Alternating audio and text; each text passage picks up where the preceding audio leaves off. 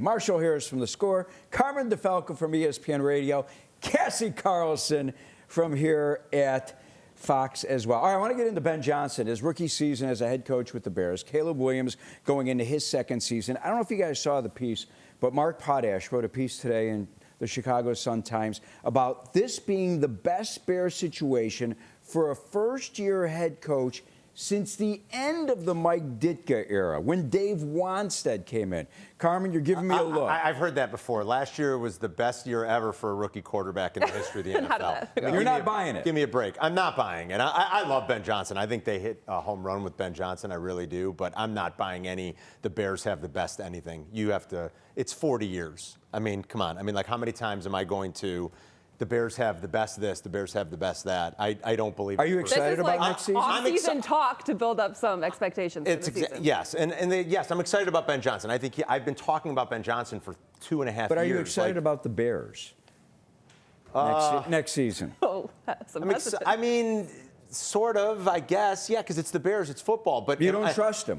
No, why would I? Cassie, how could we trust them? How are we supposed to trust them? I mean, I guess they gained back a little bit of trust that they made the obvious right hire in hiring Ben Johnson. The obvious. But also the fact that he chose the Bears and made that pretty obvious, too. I mean, it's the best case scenario. So in that sense, I guess.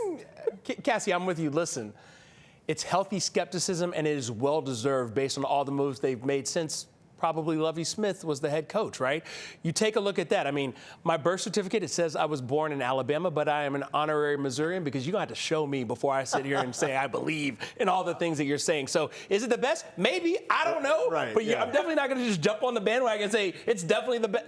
I don't know. How could you with their history? I mean, we just did this less than a year ago. This is the best situation ever for a rookie quarterback. No, the best situation ever for a rookie quarterback was in Washington, not here. It's ridiculous. Scouting combine next week.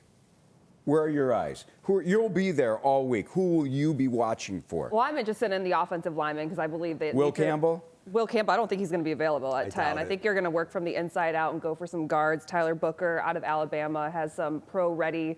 He can be a day-one starter. And they compared him leadership-wise to a Will Anderson Jr. coming out of Alabama. And I still think that this offensive line needs leaders on it because he didn't have very many on it last year. You guys have all these names. That's nice and all. I'm just going to go back to what Ben Johnson said at his introductory press conference about building the offense around one Caleb Williams and tearing it down to the studs. I think the important word in that sentence was studs. Just find me some studs. Anybody that can play on the offensive or defensive line. I don't care who they are. I don't want to know about all the potential. I don't want to know, but no. Offensive or defensive line, and get me guys who can play. That makes your blood boil. The best ability is still availability.